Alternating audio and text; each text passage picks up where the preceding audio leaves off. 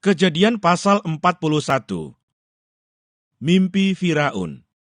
Mohon dukungannya teman-teman agar channel ini bisa berkembang. Subscribe. Dan jangan lupa untuk nyalakan loncengnya. Like, komen, dan share. Terima kasih atas dukungannya.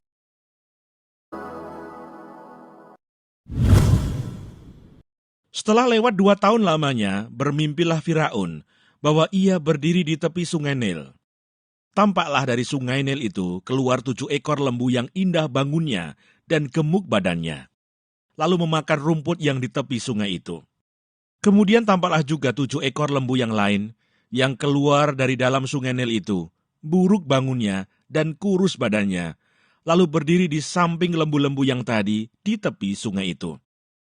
Lembu-lembu yang buruk bangunnya dan kurus badannya itu memakan ke-7 ekor lembu yang indah bangunnya dan gemuk itu, lalu terjagalah Firaun. Setelah itu tertidur pulalah ia dan bermimpi kedua kalinya. Tampak timbul dari 1 tangkai 7 bulir gandum yang bernas dan baik. Tetapi kemudian tampaklah juga tumbuh 7 bulir gandum yang kurus dan layu oleh angin timur. Bulir yang kurus itu menelan ke-7 bulir yang bernas dan berisi tadi. Lalu terjagalah Firaun. Agaknya ia bermimpi. Pada waktu pagi gelisahlah hatinya. Lalu disuruhnyalah memanggil semua ahli dan semua orang berilmu di Mesir. Firaun menceritakan mimpinya kepada mereka, tetapi seorang pun tidak ada yang dapat mengartikannya kepadanya. Lalu berkatalah kepala juru minuman kepada Firaun, "Hari ini aku merasa perlu menyebutkan kesalahanku yang dahulu." Waktu itu tuanku Firaun murka kepada pegawai-pegawainya dan menahan aku dalam rumah pengawal istana beserta dengan kepala juru roti. Pada satu malam juga kami bermimpi, aku dan kepala juru roti itu, masing-masing mempunyai mimpi dengan artinya sendiri. Bersama-sama dengan kami ada di sana seorang muda Ibrani, hamba kepala pengawal istana itu. Kami menceritakan mimpi kami kepadanya, lalu diartikannya kepada kami, mimpi kami masing-masing. Dan seperti yang diartikannya itu kepada kami, demikianlah pula terjadi.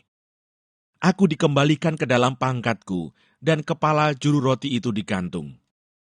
Kemudian Firaun menyuruh memanggil Yusuf. Segeralah ia dikeluarkan dari tutupan. Ia bercukur dan berganti pakaian, lalu pergi menghadap Firaun. Berkatalah Firaun kepada Yusuf, "Aku telah bermimpi, dan seorang pun tidak ada yang dapat mengartikannya. Tetapi telah kudengar tentang engkau. Hanya dengan mendengar mimpi saja, engkau dapat mengartikannya."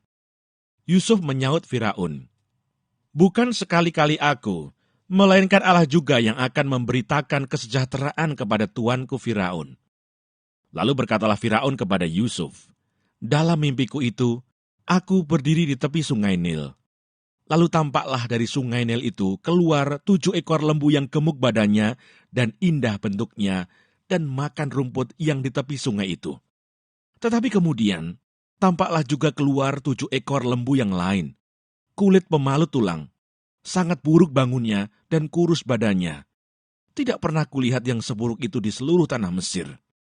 Lembu yang kurus dan buruk itu memakan ke-7 ekor lembu gemuk yang mula-mula. Lembu-lembu ini masuk ke dalam perutnya, tetapi walaupun telah masuk ke dalam perutnya, tidaklah kelihatan sedikit pun tandanya. Bangunnya tetap sama buruknya seperti semula. Lalu terjagalah aku. Selanjutnya dalam mimpiku itu, kulihat timbul dari 1 tangkai 7 bulir gandum yang berisi dan baik.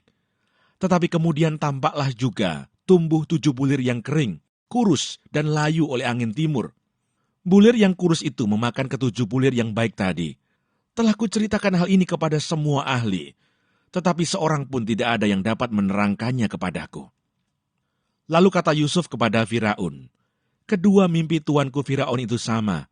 Allah telah memberitahukan kepada tuanku Firaun apa yang hendak dilakukannya. Ke-7 ekor lembu yang baik itu ialah 7 tahun, dan ke-7 bulir gandum yang baik itu ialah 7 tahun juga. Kedua mimpi itu sama.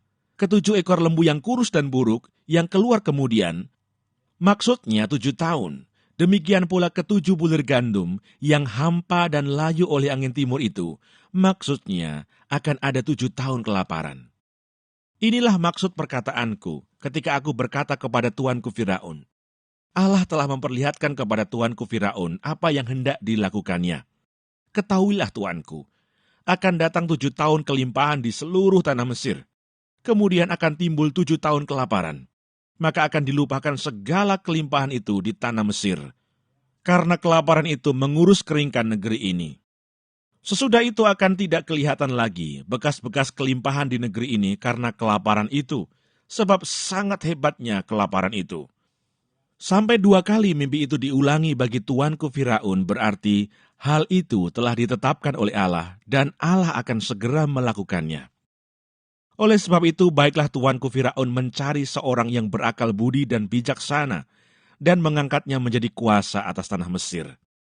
Baiklah juga tuanku Firaun berbuat begini, yakni menempatkan penilik-penilik atas negeri ini, dan dalam ke7 tahun kelimpahan itu memungut 1/5 dari hasil tanah Mesir. Mereka harus mengumpulkan segala bahan makanan dalam tahun-tahun baik yang akan datang ini, dan di bawah kuasa tuanku Firaun, menimbun gandum di kota-kota sebagai bahan makanan, serta menyimpannya.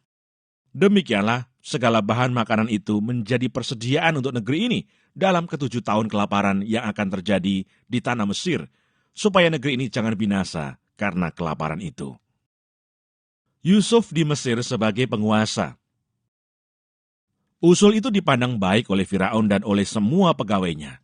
Lalu berkatalah Firaun kepada para pegawainya, "Mungkinkah kita mendapat orang seperti ini, seorang yang penuh dengan roh Allah?"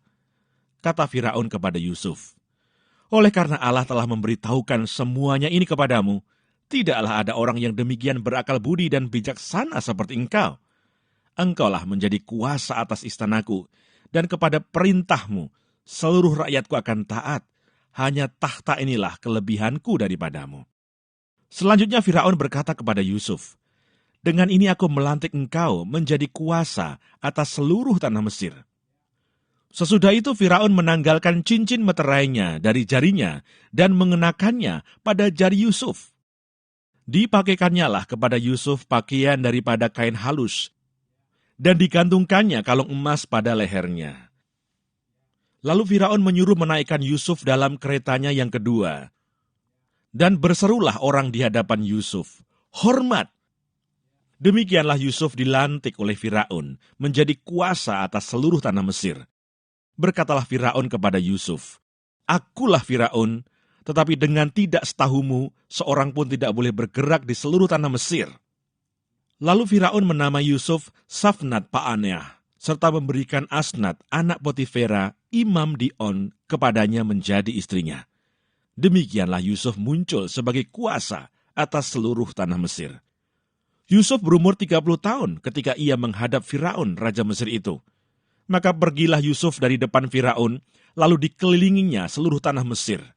Tanah itu mengeluarkan hasil bertumpuk-tumpuk dalam ke7 tahun kelimpahan itu. Maka Yusuf mengumpulkan segala bahan makanan ke7 tahun kelimpahan yang ada di tanah Mesir, lalu disimpannya di kota-kota. Hasil daerah sekitar tiap-tiap kota disimpan di dalam kota itu. Demikianlah Yusuf menimbun gandum seperti pasir di laut, sangat banyak, sehingga orang berhenti menghitungnya karena memang tidak terhitung. Sebelum datang tahun kelaparan itu, lahirlah bagi Yusuf 2 orang anak laki-laki yang dilahirkan oleh Asnat, anak Potifera, imam di On. Yusuf memberi nama Manasye kepada anak sulungnya itu, sebab katanya, "Allah telah membuat aku lupa sama sekali kepada kesukaranku dan kepada rumah bapakku." Dan kepada anaknya yang kedua diberinya nama Efraim, sebab katanya, "Allah membuat aku mendapat anak dalam negeri kesengsaraanku." Setelah lewat ke7 tahun kelimpahan yang ada di tanah Mesir itu, mulailah datang 7 tahun kelaparan seperti yang telah dikatakan Yusuf. Dalam segala negeri ada kelaparan, tetapi di seluruh negeri Mesir ada roti. Ketika seluruh negeri Mesir menderita kelaparan dan rakyat berteriak meminta roti kepada Firaun, berkatalah Firaun kepada semua orang Mesir, "Pergilah kepada Yusuf, perbuatlah apa yang akan dikatakannya kepadamu." Kelaparan itu merajalela di seluruh bumi.